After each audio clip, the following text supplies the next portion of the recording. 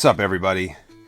Today we're going to be looking at something a little bit different, and something that I hope to kind of keep doing, as this is maybe more of a passion than, playing some of the retro games that I do is. We're going to be looking at the Monaco Grand Prix that happened yesterday.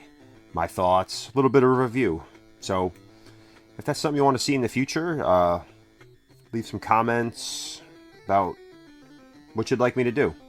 So without further ado, let's get into it. For the first time in 2 years, we're back at Monaco, the glitz, the glamour, the crown jewel race of F1. And practice started on Thursday this week. Thursday. First practice was led by Sergio Perez, with Carlos Sainz and Max Verstappen in third. Some of the highlights: in the last corner, Fernando Alonso had a crash, ripping the nose off his Alpine, Renault.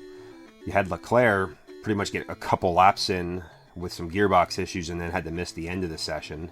But then in FP2, we saw Leclerc take number one spot with Sainz in second, Hamilton third. Some of the other highlights: Tsunoda was into the barrier by the swimming pool, not too hard. Vettel crying about something with his eye, but kept going. And young Schumacher crashed at the end of the session. Seeing the two Ferraris on the top of the timing sheet was very surprising to me this soon. But maybe Monaco, with Leclerc home race, they really tried to put their best foot forward, giving them a car that, they could do something with. More on that later. On Saturday now, time for FP3. Surprising, Max was number one. Carlos Sainz still second, and then you had Leclerc in third. Pretty impressive still in the qualifying sims. Latifi crashed at the swimming pool. Typical, got in the barriers and then went across over the bumps into the wall. Young Schumacher crashed hard again through Casino Square, wrecking the entire left-hand side of the car, leaving the Haas guys no choice but to miss qualifying. So you were in for a pretty good show, though, in qualifying. You weren't really sure what was going on. Where's Mercedes at? Are they sandbagging? Are they struggling that bad? They did not look good up to this point, with Hamilton just really struggling, only really getting in the top three once in FP2. So it appears to me that Red Bull and Ferrari have the upper hand at this moment. The fight is on, but I know my guys will work really hard, said Toto Wolff. A couple hours later, you get qualified to start. Couple session notices. Ricciardo missed out on Q3. Just did not look comfortable in the car the entire weekend in the race. Anything, just struggling. Alonso, I think there was a tire issue, but could not get out of Q1 at a track that, he's been so good at before. We only had 19 cars going for qualifying today because of Schumacher's crash earlier in FP3. So, pretty exciting Q3, Perez's lap hindered in all sorts of ways. I think he got out of it a little bit and then had to slow down for traffic at the end while everyone was stacking up. Hamilton, scruffy lap, terrible, got out of it at the end of the lap. And then you had Leclerc, his first run at a 1:10.346, winds up taking pole over Verstappen and Bottas, because on his second run, coming through the swimming pool, just like Max did a couple years ago, bins it hard. And with 18 seconds left, that effectively ended the session, handing him the pole. And a big topic of discussion was, did he do it on purpose, like Schumacher in 06? Question mark. Why would anyone wreck a car that hard is beyond me. So we can put that one to bed, I'm sure. So on to the race. On the way to the grid, the Ferrari could not make it. Leclerc with an apparent drive shaft failure on the left side, and he is going to miss his home Grand Prix. So he is yet to finish his home Grand Prix. On to the start with the first place grid left open.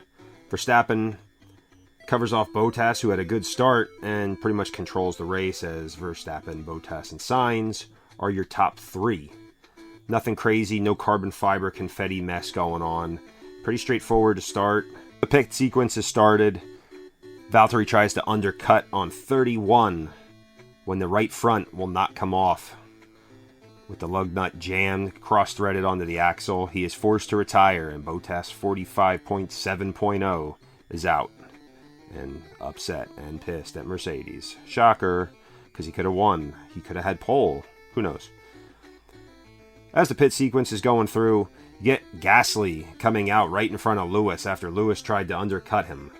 And Seb gets ahead of both of them, even though we had to get interrupted and watch the Stroll pit stop right as they were going up the hill. Seemed more important, 2-6, Ted. Which is also every race getting to be more and more. Max pits, giving Perez the lead, gives him some clean air and puts down some good laps, some fast laps, and he comes out in fourth easily ahead of the already stopped Sebastian, Pierre Gasly, and Hamilton, with a chance to chase down Norris for a podium. On lap 68, Lewis comes in and pits for some one-lap-old softs and runs the fastest lap of the race a couple laps later at a 1:12.909. So here's what I kind of was a little curious about. Sergio is chasing down Lando for a podium spot, but passing at Monaco is next to impossible. And in those last few laps, he gets close enough, but there's no way he's making a move. I don't understand why Red Bull did not pit him unless they didn't have the tires to do it, to try to get that fastest lap back. He had more than enough gap back to 5th place to make the move, try to come in and get some tires. I think he could have ran a better lap. I'm not sure, because that car seemed way better than Lewis did.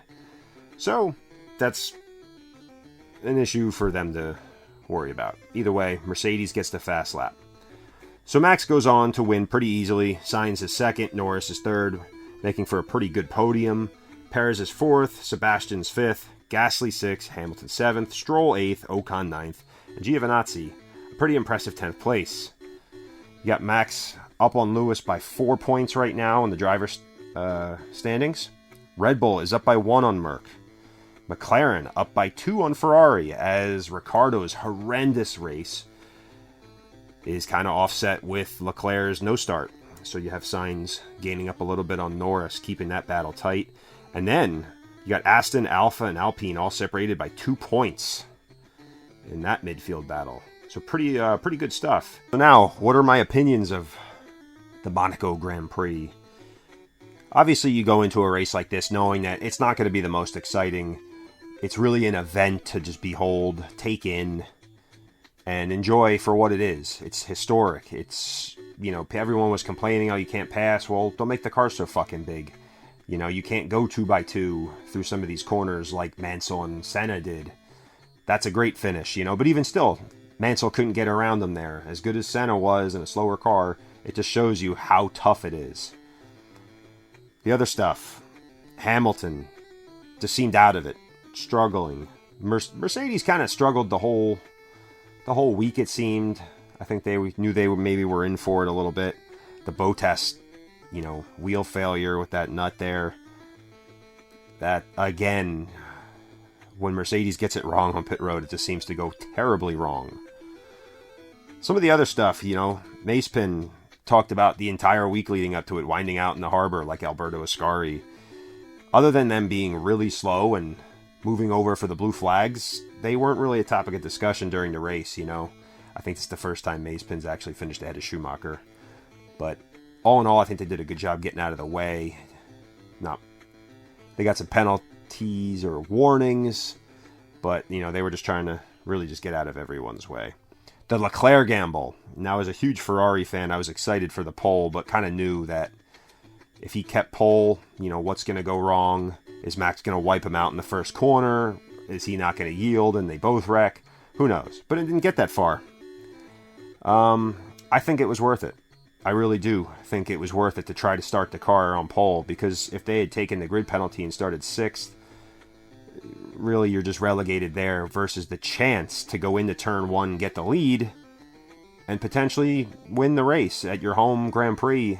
To me, that's worth it in the biggest race of the year. I think the gamble was worth it, even though, okay, it's on the left side of the car, whatever. I'm sure they looked over it. Hopefully they did. Ferrari mechanics are, Ferrari mechanics. But still, for Charles, I think it was well worth it, and he probably knew that too. So, on to Baku in 2 weeks, where hopefully we have another good Baku race. Maybe we have 3 or 4 guys up there battling for the win, or 3 or 4 teams, you never know there. There's always some shock going on. That's tight quarters there. It's always exciting to see the straightaway speeds there.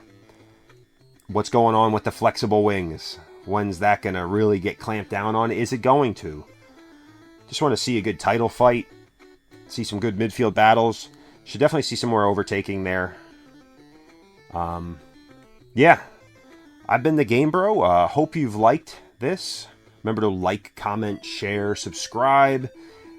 If you're a gamer and new to F1 or want to get into F1, let me know. I'll try and help you get into it some or make more videos. I love racing. I love racing games. I love F1. I love Ferrari. So stay tuned. I'll try to do this every race, and have a great Monday night, everybody. I'll talk to you later. Bye.